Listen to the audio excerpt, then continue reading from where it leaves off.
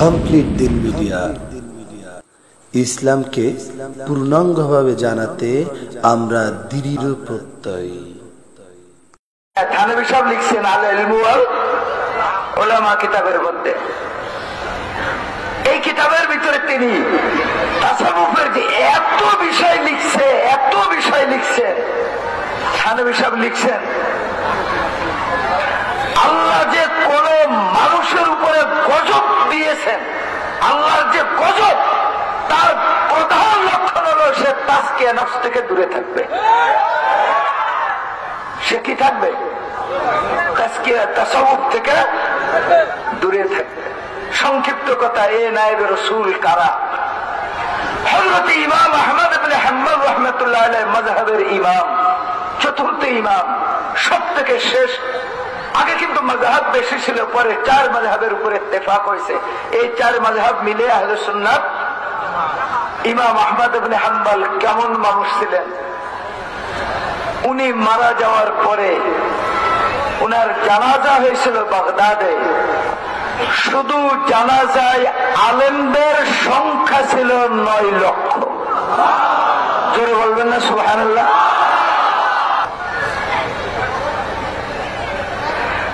প্রথম যেদিন তুমি এসেছিলে ভাবে, কেঁদেছিলে তুমি একা, হেসেছিল সবে, এমন জীবন তুমি করিবে গঠন, মরণে হাসিবে তুমি, কাঁদিবে ভুবন।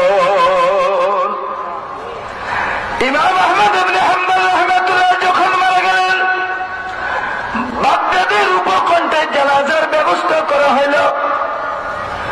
জানাজার নামাজের ভিতরে ইমাম আব্দুল ওয়াহাব শাহরানী রাহমাতুল্লাহ আলাইহি তাবকাতুল কুবরার মধ্যে লেখেন, শুধু জানাজার ভিতরে আলেমের উপস্থিতি ছিল 9 লক্ষ। যদি আলেম 9 লক্ষ হয়, সাধারণ পাবলিক কত? উত্তপ্ত মরুভূমির ভিতরে সালাতুল জানাজা মানে জানাজার দোয়া, এখানে সালাত বামানা দোয়া।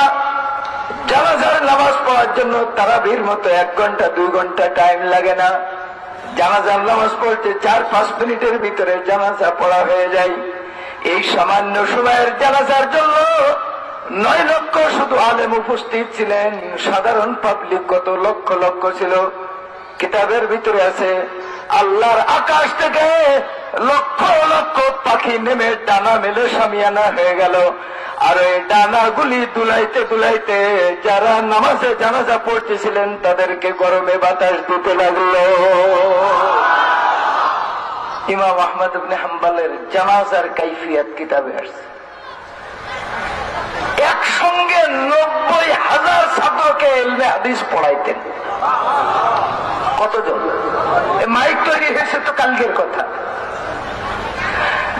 ইমাম আহমদ ইবনে হাম্বল রাহমাতুল্লাহ আলাইহি 90,000 ছাত্রকে একসঙ্গে ইলমে হাদিস পড়াইতেন। কিতাবের ভিতরে আছে সব থেকে সামনে যেই ছেলে বসতেন উনিও যেভাবে তিনার বক্তব্য শুনতেন, ওই সর্বশেষ 90,000 লাইনে যে বসতেন সেও একই রকম শুনত। আল্লাহু আকবার! তার মানাকিব কত! ইমাম আহমদ ইবনে হাম্বল রাহমাতুল্লাহ যখন মারা গেলেন, আকাশ থেকে পাখিগুলো নেমে আসলো, ডালা মেলে দিয়ে জানাজাওয়ালাদেরকে বাতাস দিতে লাগলো। তখন অনেক কাফের ও মুসলমান এই দৃশ্য দেখেছিল। কিতাবের ভিতরে আছে মুস্তাহুল মুহাদ্দিসিন কিতাবের 42 নম্বর পৃষ্ঠায় ঘটনাটা লেখা আছে। 80,000 কাফের তারা ইমাম আহমদ ইবনে হাম্বলের জানাজার কাপড় ধরে কলমা পড়ে মুসলমান হয়ে বলল, যেই ব্যক্তির জানাজা যারা পড়তে এসেছে, আকাশ থেকে পাখি এসে তাদেরকে যদি এত সম্মান করে, তাহলে যার জানাজা পড়া হচ্ছে তার কত সম্মান। তিনি যেই ধর্মে ছিলেন, আমরা 80,000 কাফের ইমাম আহমদ ইবনে হাম্বলের জানাজার কাপড় শুয়ে কলমা পড়ে মুসলমান হয়ে গেল। একটু টাচ দিলাম ইমাম আহমদ, যে কথাটা বলবো সেটা হলো এখন মনে আছে না? ইমাম আহমদ ইবনে হাম্বলের দর্শে কত হাজার ছাত্র পড়তেন? 90,000 হাদিস, হাদিসের ছাত্র তিনার দর্শে পড়ছেন। ইমাম আহমদ ইবনে হাম্বল রাহমাতুল্লাহ আলাইহি ইলমে হাদিস তিনি পড়াইতে আছেন। হঠাৎ করে ছাত্ররা দেখতে পাইলেন 100 বছরের একজন বৃদ্ধ ব্যক্তি, জামার ভিতরে তালি দেওয়া, কাপড়ের ভিতরে ময়লা। ওই বৃদ্ধ ব্যক্তিটি যখন তিনার দর্শের সামনে আসলেন, ইমাম আহমদ ইবনে হাম্বল রাহমাতুল্লাহ আলাইহি নিজের আসন ছেড়ে চলে গেলেন। তিনাকে সালাম দিয়ে তিনার জুতাটা বুকের সঙ্গে লাগিয়ে তিনাকে সম্মান করে তিনার আসনে এনে বসাইলে। বুস্তানুল মুহাদ্দিসিন কিতাবের ভিতরে আছে,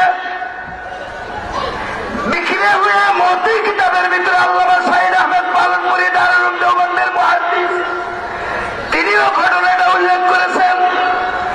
ছাত্ররা আশ্চর্য হয়ে বললেন, হুজুর আপনি হলেন মাযহাবের ইমাম, ইমাম আহমদ ইবনে হাম্বল, আর জগতে মাযহাবের যিনি ইমাম হন ওই যুগের সমস্ত উম্মতের মধ্যে ওই ইমামের মর্যাদা সব থেকে বেশি।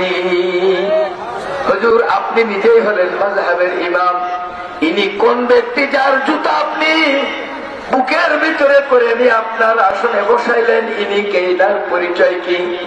ইমাম আহমদ ইবনে হাম্বল রাহমাতুল্লাহ আলাইহি কাঁদতে লাগলেন আর বলতে লাগলেন, ও আমার প্রাণের ছাত্ররা, তোমরা ইনাকে চেনো না? ইনি হলেন আমার তাসাউফের শেখ হযরতে বাশারে হাফিজ। কিতাবের ভিতরে আছে ইমাম আহমদ ইবনে হাম্বল 90,000 ছাত্রকে বলেছিলেন, ও প্রাণের ছাত্ররা জেনে রাখো, আমি ইমাম আহমদ ইবনে হাম্বল যদি এই মানুষকে না পাইতাম, আমি ইমাম আহমদ ইবনে হাম্বল রিয়ার সূক্ষ্ম মাসলা বুঝতে পারতাম না। কি কথা বলছে? আমি যদি এই ব্যক্তিকে না পাইতাম, রিয়ার সূক্ষ্ম মাসআলা আমি ইমাম আহমদ ইবনে হাম্বল নিজেও। এইবার বোঝেন মাযহাবের ইমাম আখিরাতের হাদি ধরছেন না ধরেন নাই?